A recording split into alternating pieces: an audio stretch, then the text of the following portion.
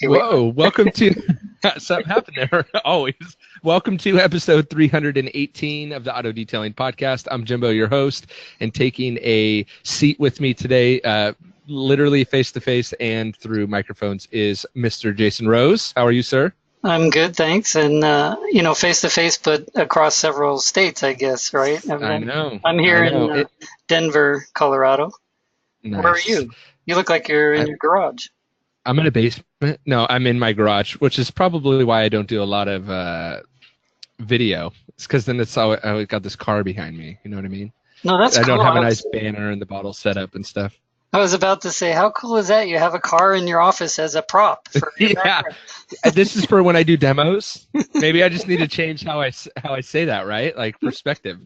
Actually, detailing a car right now, I'm just taking a little break to, do this, and then I'm right back to it. That's perfect. Right. Anyway, how are things in? Yeah. Yeah, of course. And unfortunately, I can't give you the award for most times on the show because we reserved that for Mr. Kevin Davis. But I think you're up there. I think you've been on a few times. Am I correct? Yeah, I have. Yeah, I've had the pleasure, 2 or 3 times. So that means Kevin's been on 4 times. 14. 14 times. No, I think you've been on at least 4 times, 4 or 5. Yeah. Anyway, it's always fun, and I always enjoy catching up with you. So I'm glad that we can do this too. And I think we're going to see each other again in a few weeks at Mobile Tech Expo, which is kind of the reason for this podcast, and specifically to talk about the IDA role at Mobile Tech Expo, which is happening in Orlando, January 20th. Is it 26th through 28th or 27th and 28th? Oh, I don't know, but it's the last weekend in January. Last weekend in January. And I want to say it goes Friday, Saturday, Sunday, but the Friday is just like a classroom setting day. Yeah, correct. And the actual event itself is Saturday, Sunday. Correct. Yeah, Fridays they call it Education Day, and then Saturday and Sunday is the Expo, and there's a few more classes, I think, on Saturday. Yeah, so I think, and I told you this before, but just since everyone's hasn't been in all our conversations, I can't remember if it was last year or the year before. I did a podcast with Rob Schufer about the IDA's training and education day at Mobile Tech Expo, and it really I had no idea about that, but I was really impressed with how much how much, I don't want to say education, but how much the offering that the IDA had at Mobile Tech Expo for detailers to come and learn really practical stuff, for lack of a better word. Yeah. But do you want to talk about that a little bit? Maybe even preface it by speaking on why the IDA chooses Mobile Tech versus SEMA or anything like that? Yeah, sure. But before I get to starting on that, let me just say that for the listeners, I personally have a bias. So I always try to recognize biases when you're talking and listening to people. But my personal bias is that I am on the board. I'm on the IDA board. I was also on the certification committee at one time a couple of years ago, but I'm in the membership committee of the IDA, and I'm also actively involved in setting up new IDA chapters in other countries. So I'm really involved, and as you're listening, you just need to know that that's my bias. I'm going to be take everything with a grain of salt. Yeah. So I'm no, I appreciate you being transparent and honest about that, and really, my goal in this podcast, as we've talked about before, is to just let it be known the offering out there. Yeah. Right. So, and I do think probably one of the strongest arguments. We don't need to get into the weeds about the IDA. We just are here to talk about mobile tech and all that. So everyone's going to form their own opinion. I'm glad that you were transparent about that. But as I've told you before, I think, one of the best things about mobile tech in general, and this will be my first year, but are these classroom offerings. Yeah. Now, so, oh, and I do want to show my other bias. I was gonna say, I do you deliberately wore this shirt today, so I'm wearing you are a a Rufus. walking billboard. I am. It's a Rupus shirt, but it has the IDA logo on it, and that's because Rupus as a company is very proactive and very supportive. I was I was wondering, I was gonna ask, for all those things that you're involved in, do you get like a ribbon or a necklace that you get to wear? Because that'd be cool if you're like past president or like past, membership committee. I used to be in a networking group, and they would wear name tags, and on like everyone's name tag, every committee they were a part of, it would like attach to the name Uh, tag. So some of these people were like, you know, over their whole left chest or right chest have like all their committees. Bad joke. no, it's not like the Boy Scouts where you get a merit badge for everything you do, right? I But just thought that'd be funny. the IDA does have some patches, and when you Mm, certify, when you get the certification at the different levels of certification, you do get, a patch you can put on your company shirt, and so that's okay. available from IDA. Yeah. But yeah. So anyway, I'm in the IDA. My company is also involved, so there's that bias. But getting back to mobile tech, so Yeah. and I've done mobile tech. I think I'm going on 7 or 8 years now. Okay. How long has it been around? I think it's almost 10 years. I think it might be eight Okay. or 9 years. Oh wow. Yeah. And they Uh, just got bought. Am I correct in saying they just got bought? Sorry to keep interrupting you, but they got. We will get to your point. Let me just keep talking, okay? But then this is exciting news. I heard through the grapevine. Don't know how true it is, but it got bought out by the same company that puts on SEMA.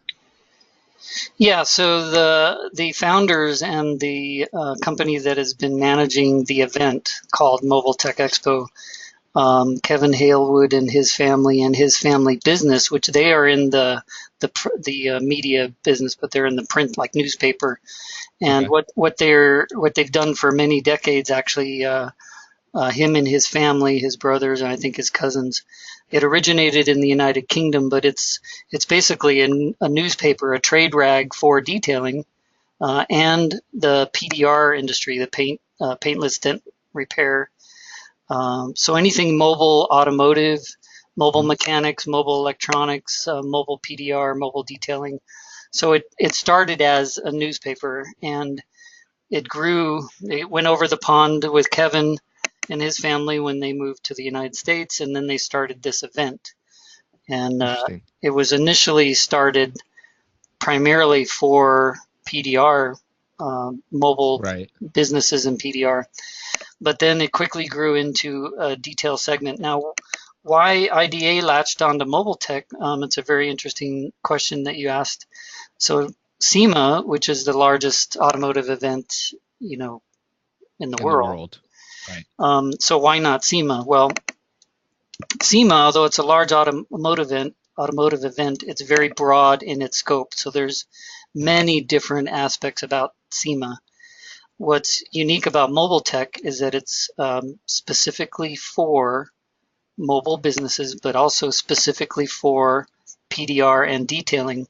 So actually, the concentration of the attendance is actually stronger at mobile tech than it might be at SEMA in terms of how many detailers actually go to the event. Right. Right. Right. So it's measured in thousands at mobile tech. It's probably measured in thousands at SEMA, but there's over, I mean, what was it? 200,000, 300,000 people that went to SEMA. I don't even know the Right. number, but so it's very diluted at SEMA, but at Mm-hmm. mobile tech, it's a very focused concentration of Mm. detailers. So it ends up being a great hangout for detailers. I'm happy that you're going because I think you're going to fit in well. You're gonna love it, Jimbo, because Yeah. you're I being can't around. wait, and that's what I've always heard, that though it's a smaller show, the concentration of detailers and kind of our niche is a lot greater. So Yeah, and because the show's not so big, I can only imagine that you have a little bit more time with people like yourself or whatever, because you're probably not so worn out, exactly. after 4 or 5 days. But yeah, so No, I'm really excited. in terms of engaging and talking and dialoguing with detailers, I actually get more time with them at Mobile Tech than I do at SEMA. which I think is what your point was. Um, Exactly. but the education day is great. It's phenomenal. There's many classes going on, many topics, and the presenters are, key featured people in the industry. Got a great vibe, and it's just a Right. great event for detailers. And these are for IDA and non-IDA members? Absolutely. So the Okay. classes, actually, the whole schedule of classes, some of the classes are actually hosted by Mobile Tech Okay. Expo, and some of them are hosted by IDA. So there's a long list of topics on each one of those schedules. And I just pulled up while we're talking the IDA schedule for the whole weekend. So there. I was just gonna Google that myself. I was gonna ask you, but I didn't want to interrupt again. Well, there's a Mobile Tech schedule. So if you go to their website on Mobile Tech, you'll actually see all the activities for Mobile Tech Expo. But what I'm looking at is all the activities at Mobile Tech that the International Detailing Association is involved in, and it's 2 pages long. It's a long list of stuff. I don't even know where to start, but the Education Day is only one part of what the IDA is doing there. The IDA actually, they take the opportunity at Mobile Tech to have their annual business meeting and their annual board meeting at Mobile Tech. So actually the Mobile Tech starts on Friday, but for IDA it starts on Thursday. So the Thursday is the board meeting. And then there's open to everybody. Let me look at there's a IDA annual business meeting, which is on Saturday, January 27th. And that's an IDA hosted event with awards and recognition and a reception. And that's 5:00 p.m. on Saturday evening at Mobile Tech. So everybody's invited. Is that at the okay. It's at Mobile Tech. So it's at the Grand Sierra Ballroom. Got it. In the Indian River, Cape Canaveral, and Volusia. That's what it says. I got it. I got the calendar right here. So I'll link it up. That way everyone can see it if they are interested. But yeah, you're right. It's significant. Yeah. So I mean, that's the big event for IDA. So if you're a member, if you're not a member, if you just want to hang out with detailers at a banquet, I mean, you can go to that event on Saturday evening. But there's so much activities going on. The Education Day is full of IDA hosted topics. Can I just rattle through a few of the topics here? Absolutely. Then I want to talk about the ones that you have too. The headlight restoration and also. Go ahead, Dan. Here's the headlight. You might be looking at last year's. 2017. Hey, that's where I am. I'm still in 2017. Hey, Jimbo, Happy New Year. Look at that. All I did was in the URL, just changed it from 17 to 18, and it popped right up. There we go. Okay. So on Friday, the Education Day, the IDA sponsored topics I'll rattle off some of these. So labor employee management, which, for detailers, that's a very important topic. Marketing for detailers. Small business mistakes, which is kind of like a class on the landmines and the mistakes that can happen for detailers. Polishing technology, old and new technology reviewed along with new trends. That's a topic that Mike Phillips and myself will be teaching. And then there's marine detailing for people that want to do boats. Coatings, there's a topic on coatings. And identifying, creating additional revenue opportunities. I mean, who doesn't want to get educated on that? 100%. How to make an employee manual, which most of the detailers are small businesses, so they don't get this kind of education on employee manuals. There's also branding, customer retention, social media, profit centers, expanding your business, efficiency, safety and compliance, lighting. I mean, these are all the topics that are going to be talked about. IDA is also doing on Saturday a live webinar from the event. So it's a recorded live webinar.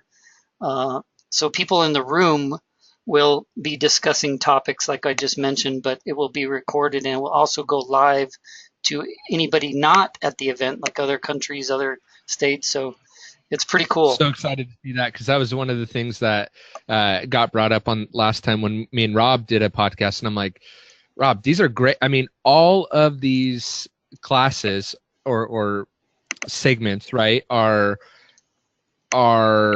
I think huge, essential, Yeah. Especially if you're trying to grow your business, and it's both kind of business and detailing technical. Yeah. Right. And when me and Rob were talking about it last time, I'm like, is there any way? Because I didn't go last year to Mobile Tech. I hadn't gone. Obviously, it's my first year, and I'm like, I want to sit through these classes. Are they going to be like live fed or anything like that? And they weren't. So that's cool to see that that there's going to be an opportunity to sit in on some of these. Yeah, I think the only live fed that's accessible for somebody who isn't at the event, I think the only access is the IDA webinar, and that's Saturday from 2 to 4 p.m. Florida time. Right. But you can go to the IDA website and you can, I think you can pre-register for that webinar, and then you can. Yeah. Yep. So then you can get those topics as well. And those are people presenting those topics. And I'll rattle off these names. Rennie Doyle. I mean, I don't know who doesn't know him. Rod Puzzi, Brian Gay, Ron Harris, Rob Schrufer, myself, Sean Rowan, and then I have another topic. So, I mean, those are names, that... You're so good they have you on there twice? Is that what happened? I don't think that was the story. I think see, the challenge on Saturday is that's also the Expo day for Mobile Tech. So a lot of the people that you ask to do these topics, they're running their booths. So got it. They can't be in two places at once. So sure. Is that why it's later in the day? Yeah, it's in the afternoon. Got it. But they're still going to hit, just looking at the thing right here, branding, customer retention, CRM, which is huge, social media, online marketing, profit centers. So it seems like that webinar, though it's the only thing that people can catch from out of town, it's still going to cover a lot of the topics covered in these other longer sessions, right? But just maybe more in a condensed version, but still a good way to kind of capture some of that information. Absolutely, yes.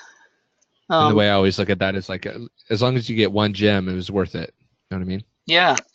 And then the Expo days, Saturday and Sunday. So there's a bunch of booths set up by exhibitors, and there's only, unlike SEMA at Mobile Tech, when you walk around this Expo, you are seeing companies and products that are only in two categories. And that's going to be paintless dent repair and detailing. That's it. So it's like a playground for detailers. It's pretty awesome. I'm super, super excited to be there. I can't wait. I actually had kind of forgotten about it because I bought my plane ticket so long ago because it was a good deal from LA. And then, in fact, until you talked about doing this podcast, I'd completely forgot about it. Or forgot that it was coming so soon. Yeah. Like, Mobile Tech, end of the month. I'm like, oh crap, I better look into that. So it was actually kind of exciting because anyway. Well, you know what, Jimbo, I didn't finish the story on who owns the event now. So when Kevin Halewood developed the event, I think 6 or 7 years plus maybe, now to help manage and make it bigger and help it grow to the next level, it was sold to another company, and it's another management company that specializes in managing trade show events like this. So yeah, that's how that happened. It happened last year or so. And I think it's cool that it gives an opportunity for the people that are more on the East Coast that can't make it out to SEMA, that are detailers and stuff like that, that maybe can't make the travel across, most of the country to be at SEMA. It's kind of cool. Yeah. Yeah, it's an event on that side of the country. So Exactly. What else I know you got kind of a list of topics, and I want to make sure we hit all of them. So what else do you have on your list there? Well, I think I've mentioned, the other thing the IDA is doing at Mobile Tech, which is a great opportunity for detailers, is that they're hosting the certification program. So a detailer can go to this event and actually get fully certified. So there's two levels: certification, certified detailer, and then there's the skills validated, which is the kind of the oral test. There's a written test and an oral test. Both of those can be accomplished, and you can actually, by the time you walk out of Mobile Tech, you can be fully certified by the IDA. And why would someone or not why would someone want to, but what is the benefit of becoming a certified detailer? Yeah, I'm glad you asked that, because there's a lot of discussion about certification. Some detailers, believe that there's no value in that. And the main point about certification, if you look at automotive industry, let's kind of box it in there. The automotive industry has a lot of industry certifications. So I actually did some searching on Google, and there was a lot more than I realized. But the ones that most people know about, ASE, which is Automotive Service Excellence certification.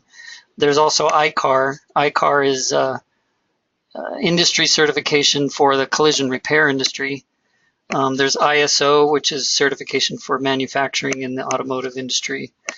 AES, which is Automotive Engineering Society. There's a bunch of certification for engineers in the automotive industry. So there's lots of these certifications for automotive.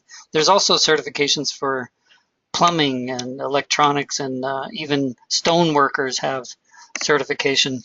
So detailers, as a profession, as a industry, we're actually late to the party on establishing industry standards and industry certification. So because we're new to it, it's often misunderstood, and people don't have a connection to what the value is. So there's two aspects to certification. One of them, and you can think of these as to why would somebody get certified. I mean, there's two reasons why that would be. One is mostly an individual benefit. So Jimbo, you're a detailer.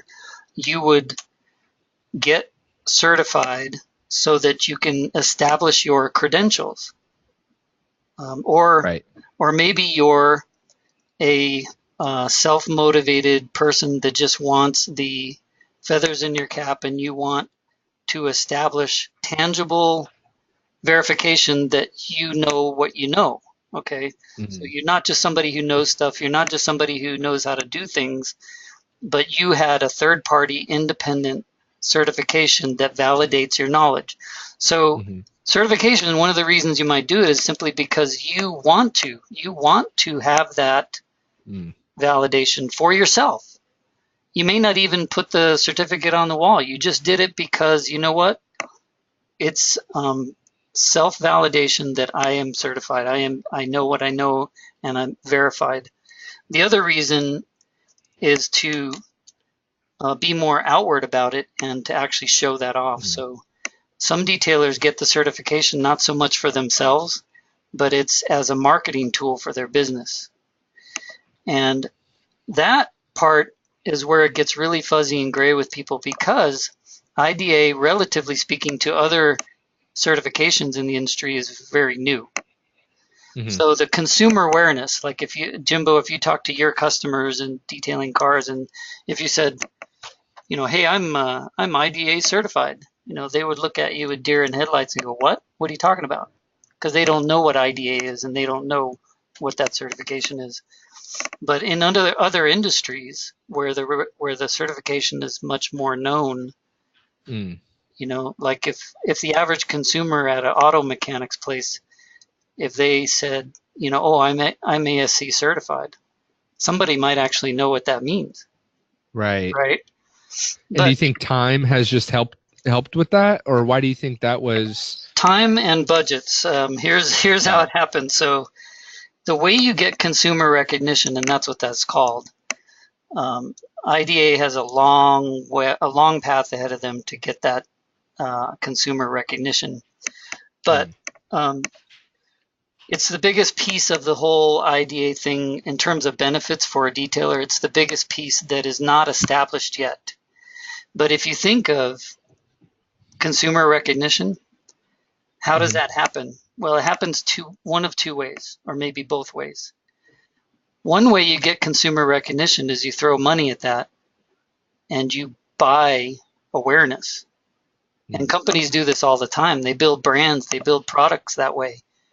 You buy advertising, you buy TV spots, you buy any kind of media that connects with consumers. You basically buy that message, you send that message, and now the consumer is aware over time. So that's one way to do it, but here's the facts. IDA doesn't have that budget. And there isn't any manufacturer in the automotive car care industry that's going to throw that much money at IDA to go ahead and build consumer awareness. So the second and the most important way, and I think the most profound and relevant way for detailers right now, is what we call grassroots. You can build awareness without a budget. And the way you build consumer awareness through grassroots effort is every detailer does it. I was just going to say, yep. I was just going to say how most detailers have to grow their business. Yeah. And how does that happen? Well, how do you make your consumer aware of something? Well, you talk about it. Got to be in front of them somehow. Yeah. But yeah, exactly. And you do it through social media, and you do it through impressions, and you do it by talking to them. So the future of that consumer awareness about IDA certification, I firmly believe it's going to happen. I'm not naive enough to think that the International Detailing Association is going to be a household name by the average consumer. I don't think that's going to happen. But when you think of car enthusiasts and you think of consumers of detail services, let's put it that way. Right. I believe in the future there will be a time that they will be more aware of the IDA and the value of having a detailer be certified. I believe that's going to happen, but it's not going to happen because somebody threw a bunch of money at it. I don't imagine that way, but the way I imagine it happening is you and me and some other detailers. Imagine if every interaction you had with your customers and the other touch points you have in your business, like your shirt, like your sticker on your vehicle, or the IDA logo on your business card or on your website, etc. Those are called impressions. That's a soundbite. That's an image that's flashed. All those impressions help build awareness. This is how any big company builds a brand and builds a product. Right. Through impressions. So I don't imagine detailers are going to do it any other way. And I just think there's a lot of detailers that don't want to take the time or effort to do that, and that's totally fine. Right. I think we have enough detailers that are going to begin, and it's going to snowball. And with enough detailers speaking IDA certification to their customers, it's going to build. It's like a snowball rolling down a hill. It could start very small and gradually get to this big, huge destructive thing. Exactly. Well, not that the IDA is going to be a destructive thing. Big, huge, productive thing. Productive thing. Exactly. Okay. So nice. I think, and that's to answer your question, the value for certification. If there's a detailer that is sitting back there thinking, oh, I should get certified, and then they're expecting overnight that their phone's going to ring off the hook and their website's going to get hits and all that stuff. That ain't going to happen. And the fact is, if you speak IDA certification, if you say, hey, I'm IDA certified, if you say that to your detailer customer, the fact is they aren't going to know what the heck that is. They don't know. So it comes down to, is the detailer willing to help all detailers and build the consumer awareness? That's the big question. And if you're willing to help, you've heard the phrase, a rising tide raises all ships. Right, 100%. Yep. And that's what this is. If you want to help rise the tide, it's going to help every detailer. Right. Yeah. I like it. It's a valid point because in that quote, all ships rise during a high tide is true. So in a not even in a roundabout way, but it's kind of the same model I take for this podcast, right? It's like by me sharing information with other detailers, it's also going to help me. You know what I mean? And though it may be, you might not be able to directly see that in an indirect way over time, it's going to help. Yeah. Basically what you're saying. Got it. Another thing that this leads me to think about is, and I know you've had conversations with people about this, but the detailers, with respect to IDA, there's some detailers that just absolutely see no value, Sure. or they're in a place where they're asking, "What's in it for me? Why would I Sure. do this?" So I've actually thought about this a lot, and there's basically three responses to the IDA that detailers tend to give. The first response is, you know what, I'm good. I don't need the IDA. I'm successful on my own. I don't see the benefit. I'm not going to pay for something that I don't see a benefit. I'm good. So that's response number one. And you know what? That's a very valid and okay response. Detailers can be very successful without ever even doing anything with the IDA. Don't have to.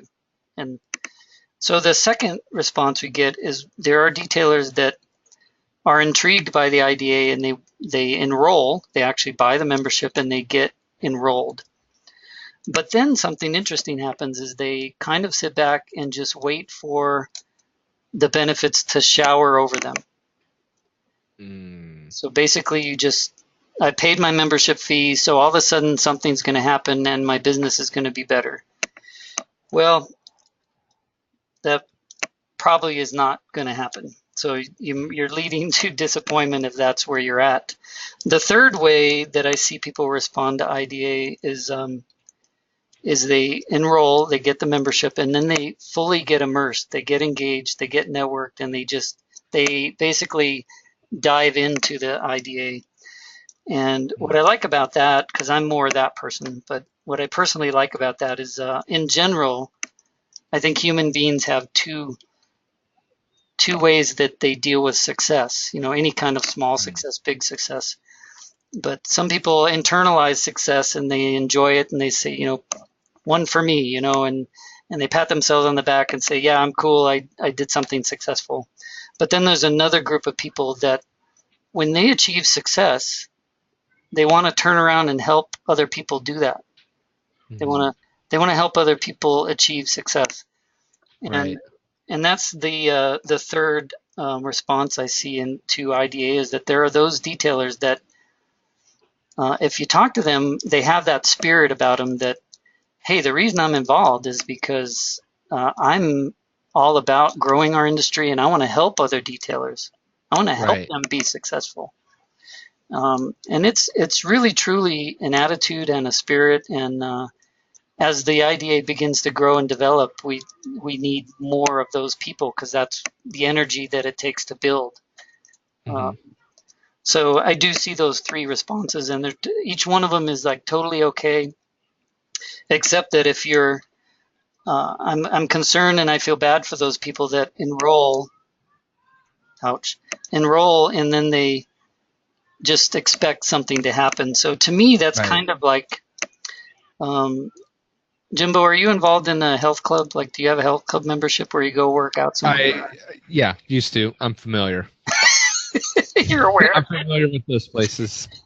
So I think of that where my time has gotten chipped at a little bit with three little ones, but I'm aware of those things called health clubs. Yes. So I think of that kind of membership. So imagine you enroll, you get a membership. What you get, I mean, there's a list of benefits. You go to this place, there's state-of-the-art equipment, they have coaches to help you there. You get a shower, you have a water fountain to fill your water bottle. You got TVs everywhere. There's benefits. So you paid your fee. You walk in, you have all these benefits. But here's a critical question. You got to get there? No. What if you don't work out? Right. Then I would question, what is the real benefit? If you go there, you paid your membership fee, You go or you may not go, but you paid your fee. And what if you don't work out? Yeah, it's kind of a silly argument that if you really think about it and like you did, kind of take it out of the detailing industry and our niche and bring it into a different place. Why do you feel so entitled that just because you pay the money towards anything, that you should just get a benefit directly out of it without having to put in any additional effort? Well, you know what, Jimbo? I believe there will be a day when that very strong benefits list, I believe it's going to happen with the IDA. Mm-hmm.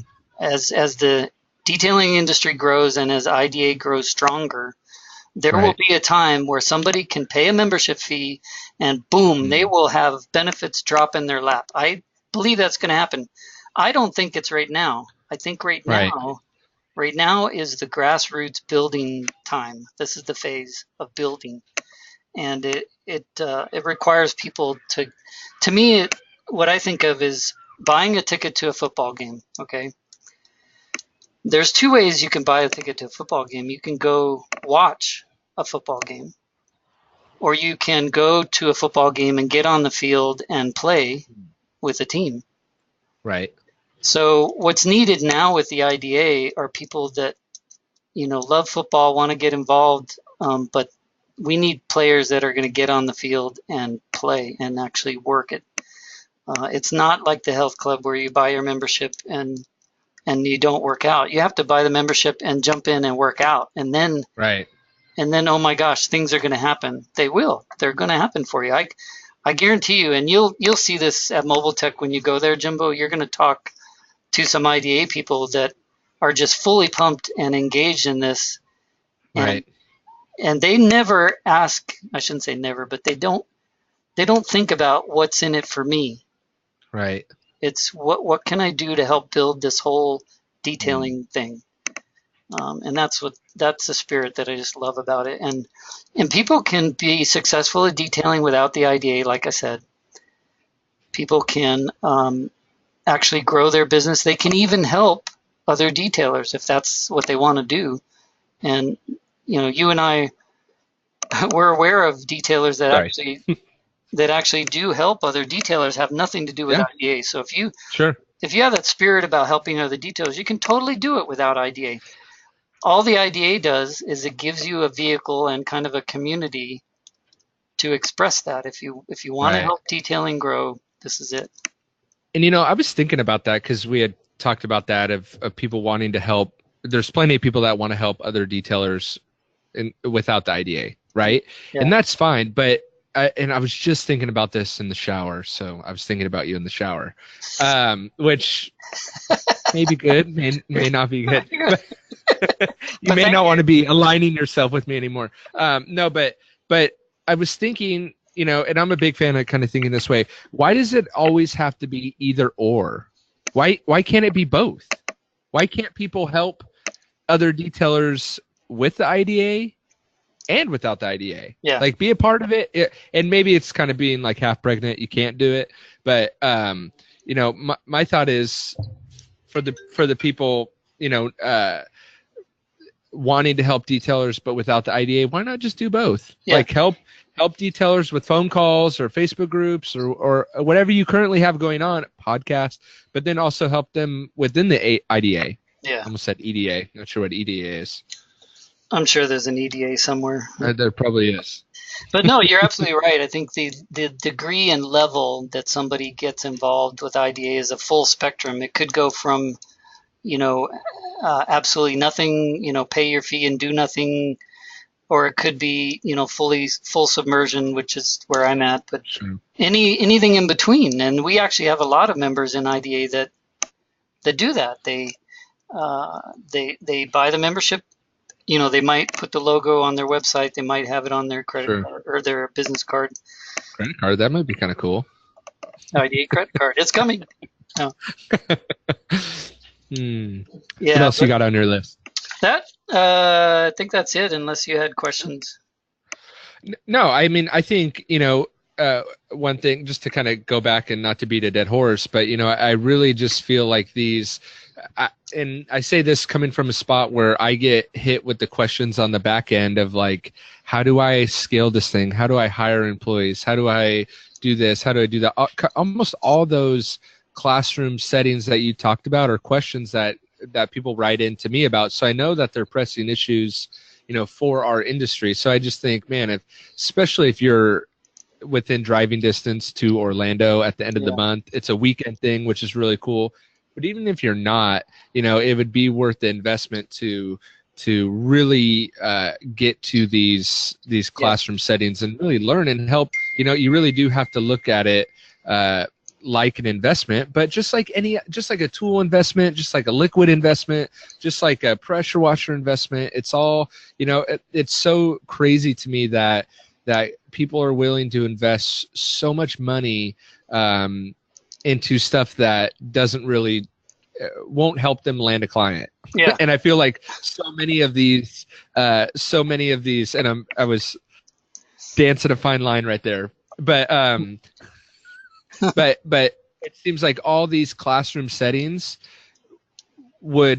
you could almost directly correlate to becoming a more successful detailer. Absolutely. It's investment of time and money, but like you said, it's an investment in yourself. So you're paying money, but it's paying money to yourself. You're investing in you. Right. So I totally like that idea. And to piggyback on that, in the 7 years I've been doing mobile tech specifically, I've not heard once, not ever, from any one person that they went to mobile tech, went to the classes, listened to the topics, and then they concluded it was a complete waste of time. I have not heard that. I've heard the opposite, which is people said, oh my gosh, and especially us long timers that have been in the business a long time, it's like, oh my gosh, I wish this was here 20 years ago, Right. I know. So, and that's what's exciting. That's kind of why I decided to go to mobile tech this year was, I've heard about mobile tech for the past, 4 or 5 years, and always heard, it started out like, almost like Facebook, how it was only for college people back in the day. It was like mobile tech's only for PDR techs, right? And then slowly by surely, year by year, and I think I heard last year was pretty much split, like detailing PDR, so that's why I decided to go, and so I'm excited. And I'm not in love with Orlando, but yeah, it is what it is. Well, and then no offense to anyone who lives in Orlando. Yeah, a bigger comment beyond mobile tech, but just the whole idea of investing and going out to events like that. Mobile tech's not the only option, but it's just the whole point of, hey, you can be successful in detailing without networking and without going to trade shows, without going to education events. You can totally do it. But I'm here to say that it's probably more of a challenge, and it will be more difficult if you don't stay engaged in the industry. It will probably be more difficult to stay up with the changes, and there are changes. I mean, there's changes in cars, there's changes in detailing technology. If you are not connected with the changes, you're going to get left behind. 100%. And I can attest to that personally, because before I started the podcast, I was just kind of a one-man band.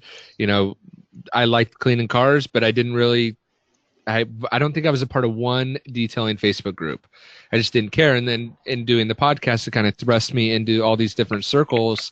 And I had been detailing 5 or 6 years before I started the podcast, something like that, 7, something like that, whatever.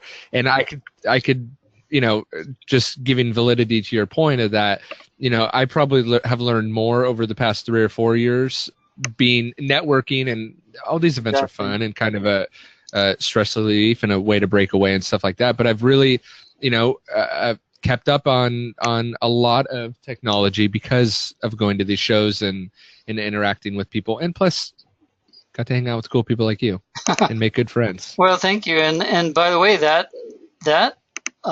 is a good point you brought up, because you and I wouldn't even know you if it wasn't for 100%.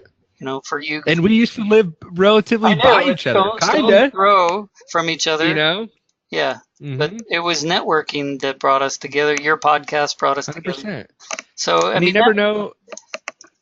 you never know where that could take you either. Yeah. Networking within maybe you're a detail. I mean, how many detailers, how many past detailers work for Rupes? A lot, probably, at least in the U.S. How about that, right? Yeah. So you were, Oh yeah. Yeah. Yeah. Todd was, Actually, most of our was it team is previous detailers. right? So you Yeah. never know how, how networking, if that's a goal of anyone to work for a company, but you never know, right? So why not meet more people, keep your options open, and let detailing kind of take you where it may take you, That's you know? another good point you just mentioned. So I hadn't thought of it I until you think. said that, but that's a good point. Very smart of you, Jimbo. So, I mean, So I have my own show, Jason. without networking, you can't You're stuck.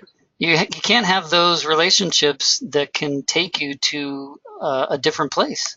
So detailer, 100%. one thing I often hear a lot from detailers is they got into it because of their passion for cars.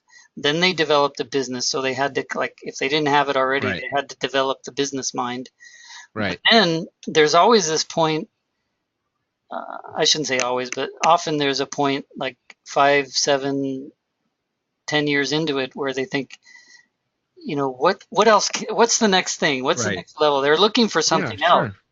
And for some, that is going into training. For some, it's going into uh, product sales.